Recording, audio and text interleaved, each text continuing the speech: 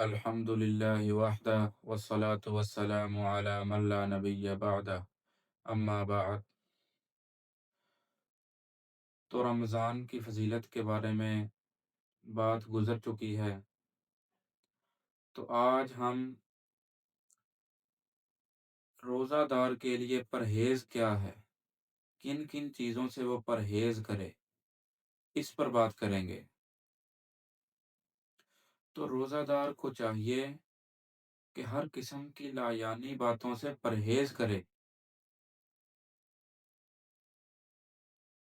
کیونکہ روزہ صرف بھوکے رہنے کا نام نہیں ہے، بلکہ روزہ جس طرح نماز بندے کو بے حیائی اور برے کاموں سے روکتی ہے، اسی طرح روزہ بھی انسان کو برے کاموں سے روکتا ہے اور بے حیائی کے کاموں سے روکتا ہے۔ جس طرح نماز دین اسلام کا دوسرا رکن ہے، اسی طرح روزہ تیسرا رکن ہے۔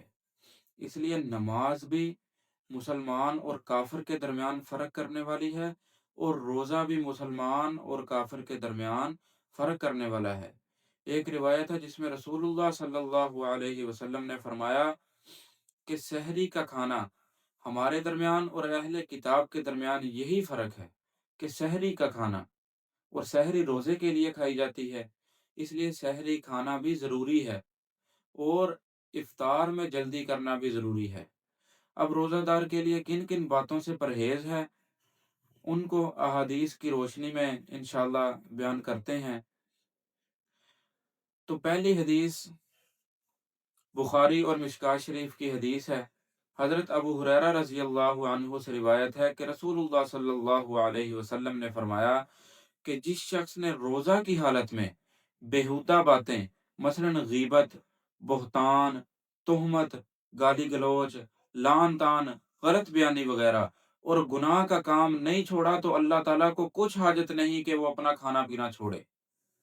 اسی طرح دوسری حدیث مبارکہ حضرت ابو ہریرہ رضی اللہ عنہ سے روایت ہے کہ رسول اللہ صلی اللہ علیہ وسلم نے فرمایا کہ کتنے ہی روزہ دار ہیں کہ ان کو اپنے روزے سے سوائے بھوک پیاس کے کچھ حاصل نہیں، کیونکہ وہ روزے میں بھی بدگوئی، بد نظری، بد عملی نہیں چھوڑتے، اور کتنے ہی رات کے تہجد میں قیام کرنے والے ہیں جن کو اپنے قیام سے ماں سوا جاگنے کے کچھ حاصل نہیں۔ تو اسی طرح ایک اور روایت ہے، بخاری اور مسلم کی روایت ہے، حضرت ابو ہریرہ رضی اللہ عنہ سے روایت ہے کہ رسول اللہ صلی اللہ علیہ وسلم نے فرمایا کہ روزہ ڈال ہے کہ نفس اور شیطان کے حملے سے بھی بچاتا ہے اور گناہوں سے بھی باز رکھتا ہے، اور قیامت میں دوزخ کی آگ سے بھی بچائے گا۔ پس جب تم میں سے کسی کے روزے کا دن ہو، نہ تو وہ ناشائستہ باتیں کرے، نہ شور مچائے۔ پس اگر کوئی شخص اس سے گالی گلوچ کرے یا لڑائی جھگڑا کرے، تو دل سے کہے یا زبان سے اس کو کہہ دے کہ میں روزے سے ہوں، اس لیے تجھ کو جواب نہیں دے سکتا۔ روزہ ان چیزوں سے مانے ہے، روزہ ان چیزوں سے ہمیں منع کرتا ہے کہ ہم کسی طرح کی لایانی باتیں کریں، بیہودہ باتیں کریں۔ تو ایک اور روایت ہے، روایات تو بہت زیادہ ہیں لیکن چند ایک ہی بیان کروں گا انشاءاللہ۔ حضرت ابو عبیدہ رضی اللہ عنہ سے روایت ہے کہ رسول اللہ نے فرمایا کہ روزہ ڈال ہے جب تک کہ اس کو پھاڑے نہیں۔ ایک اور روایت میں ہے کہ عرض کیا گیا یا رسول اللہ یہ ڈال کس چیز سے پھٹ جاتی ہے؟ فرمایا جھوٹ اور غیبت سے۔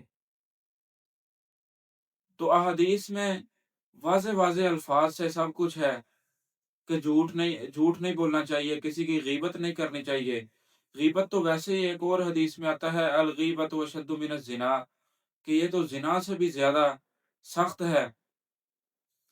تو پھر آگے ایک اور روایت ہے، حضرت ابو سعید خدری رضی اللہ عنہ سے روایت ہے کہ نبی کریم صلی اللہ علیہ وسلم نے فرمایا جس نے رمضان کا روزہ رکھا اور اس کی حدود کو پہچانا اور جن چیزوں سے پرہیز کرنا چاہیے تھا ان سے پرہیز کیا، تو یہ روزہ اس کے گزشتہ گناہوں کا کفارہ ہوگا۔ یہ صحیح ابن حبان کی حدیث مبارکہ ہے۔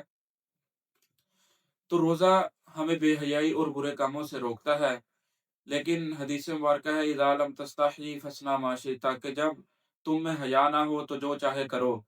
تو جب ہمیں روزہ اس چیز سے نہیں روک رہا تو پھر ہم سمجھ جائیں کہ ہم نے روزہ اللہ تعالیٰ کی شرائط کے مطابق رکھا ہی نہیں ہے۔